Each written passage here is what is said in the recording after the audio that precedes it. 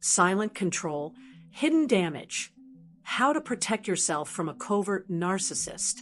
Have you ever feel something was deeply off with a person who appeared kind, gentle, even self-effacing, yet left you feeling confused, drained, or subtly destabilized after every interaction?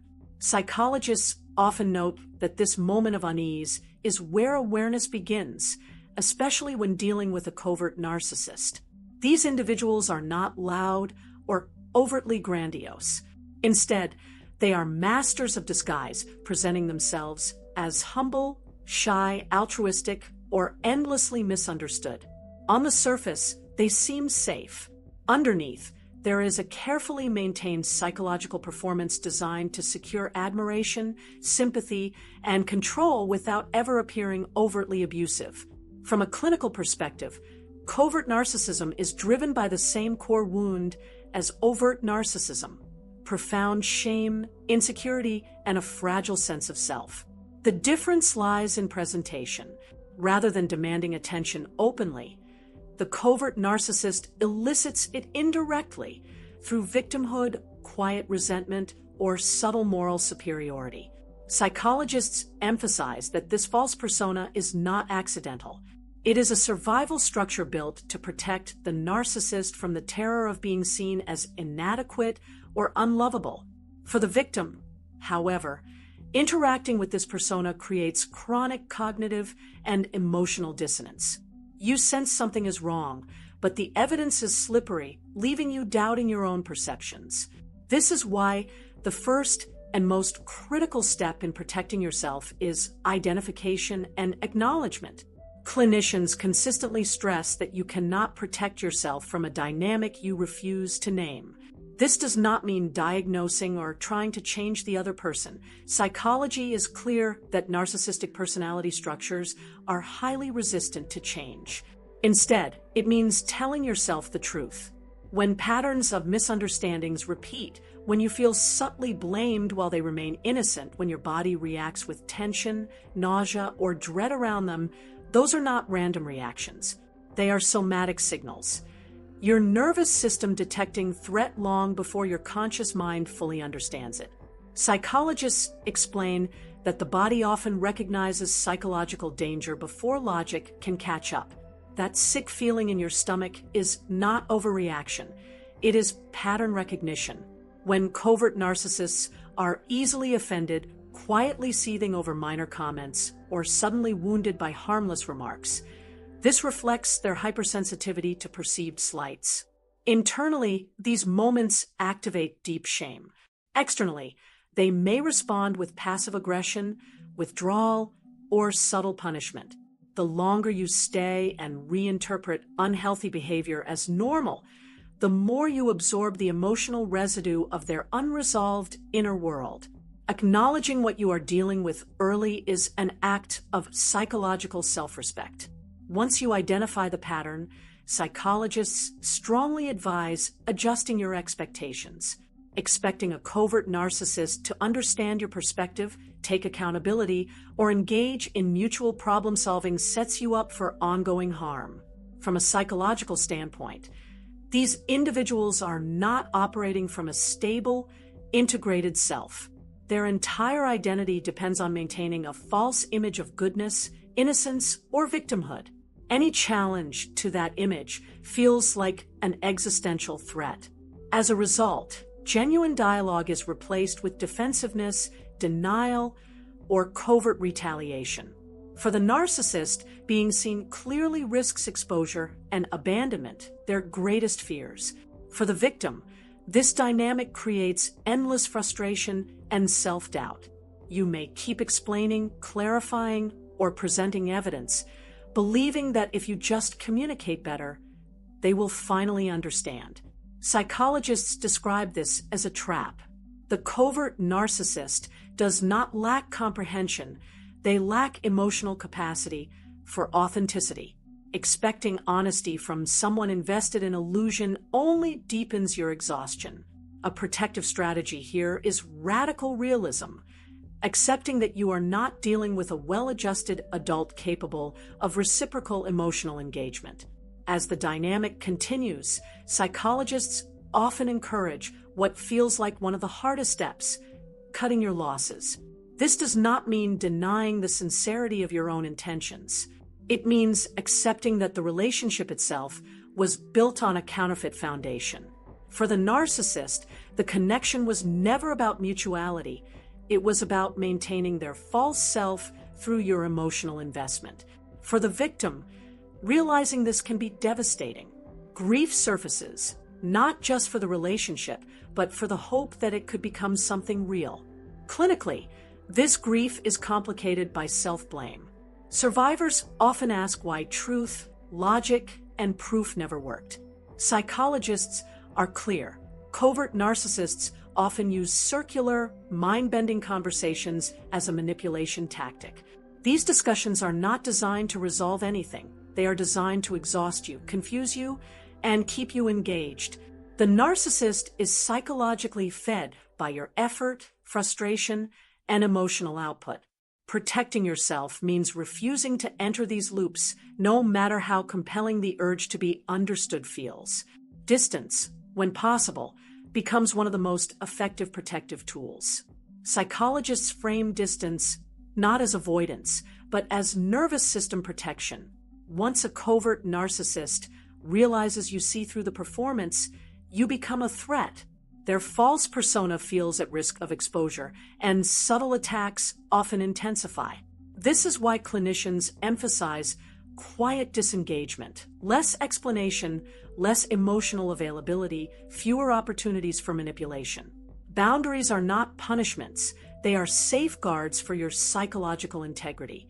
For the narcissist, distance triggers fear and hostility because it removes control and emotional supply. For the victim, distance creates space for clarity, regulation, and recovery. Over time, your nervous system begins to calm. The constant vigilance fades. You start to recognize how much of yourself you were sacrificing to maintain an illusion that was never yours to uphold. Psychologists ultimately describe healing from covert narcissistic dynamics as a return to internal authority. You stop overriding your instincts. You stop explaining what does not need explanation. You stop negotiating your reality with someone committed to distortion.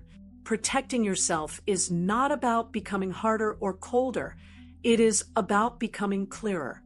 And clarity, once reclaimed, makes it impossible for covert manipulation to survive. Distance and boundaries, then, are not the end of your story.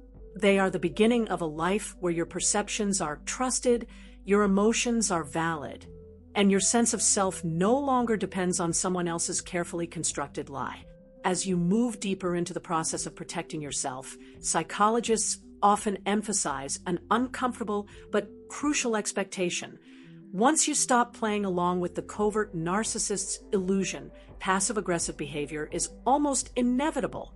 Covert narcissists typically have an invested audience, friends, colleagues, family members, who have already bought into the carefully curated narrative of their goodness, fragility, or moral superiority. From a psychological standpoint, this audience functions as an external regulator for the narcissist's self-esteem. They need witnesses who confirm the lie. When you begin to step out of your assigned role, the narcissist experiences this as a threat, not just to the relationship, but to their entire constructed identity. Unlike overt narcissists, who may confront you directly, covert narcissists tend to retaliate indirectly. Psychologists describe this as defensive aggression masked by innocence. The narcissist cannot afford to look hostile because their power lies in appearing kind, wounded, or unfairly treated. So instead of open confrontation, they may distort conversations, omit context, plant subtle doubts in others' minds, or portray themselves as the long-suffering victim of your supposed cruelty. For them, this strategy protects their image while still punishing you. For you, it can feel surreal and deeply unsettling, watching reality quietly rewritten while you are cast as the villain without ever being openly accused. Clinically, this is where many survivors feel the urge to defend themselves, to explain, to correct the record. Psychologists caution that this impulse is understandable but often counterproductive. Engaging in these dynamics pulls you back into gaslighting loops where your words are twisted and your emotional energy continues to feed the narcissistic system. The covert narcissist denials. That's not what I said. You misunderstood. I have no idea what you're talking about, are not genuine confusion. They are tactics designed to destabilize your confidence in your own memory and perception. Walking away quietly, though it may feel unsatisfying, is often the most psychologically protective option. Another critical point clinicians repeatedly stress is this: calling out a covert narcissist rarely brings the relief people hope for. While naming abuse can be empowering in healthy contexts, confronting a covert narcissist often escalates harm. Psychologically, exposure threatens their core defense, the false persona. When that persona is challenged, the narcissist's fear of shame and abandonment intensifies, and their behavior can become more ruthless. Smear campaigns, character assassination, and strategic victim narratives often follow. For the narcissist, this is survival. For the victim, it can be emotionally devastating. Therapists therefore advise careful self-assessment before any confrontation. If your nervous system is still fragile, if your support system is limited, or if your sense of self has not yet been rebuilt, disengagement is usually safer than exposure. This is not cowardice. It is discernment. Protecting yourself sometimes means choosing silence over truth-telling in unsafe environments. Healing does not require proving anything to the person who harmed you. Ultimately, psychologists agree that the most effective long-term protection from a covert narcissist is distance, emotional, psychological, and when possible, physical. No contact is often described not as punishment, but as neurological and emotional safety. Continued exposure, even minimal, can keep trauma responses active and prevent the nervous system from stabilizing. For the narcissist, losing access to you means losing a source of regulation. For you, it creates space for clarity, grounding, and recovery. Distance alone, however, is not enough. Healing accelerates when it is paired with a solid support system, people who understand narcissistic dynamics and can reflect reality back to you when doubt creeps in. Psychologists note that validation from those who get it helps repair epistemic trust, the ability to trust your own perceptions again. In these safe relationships, confusion slowly gives way to confidence, and self-blame is replaced with understanding. As recovery deepens, something profound shifts. You may still encounter narcissistic individuals in life, at work, in family systems, or in new social circles, but the difference is internal. You recognize the patterns sooner. Your body signals danger more clearly, and instead of rationalizing or overfunctioning, you respond with boundaries and disengagement. Psychologists describe this as moving from survival-based relating to self-led regulation. From this place, walking away no longer feels like loss. It feels like alignment. You are no longer negotiating your worth, your reality, or your right to exist as you are. You are acting from self-respect, not fear. These are qualities the covert narcissist cannot replicate or understand, because their world is built on illusion, not authenticity. The final and perhaps most important psychological truth is this: healing does not make you immune to narcissists by hardening you. It makes you immune by clarifying you. You become less reactive, less explainable, less controllable. Your sense of value comes from within, not from external approval or defense. And in that clarity, the covert narcissist loses their power, not because you defeated them, but because you stepped out of a system that was never designed for your well-being. You did not become cold. You became grounded.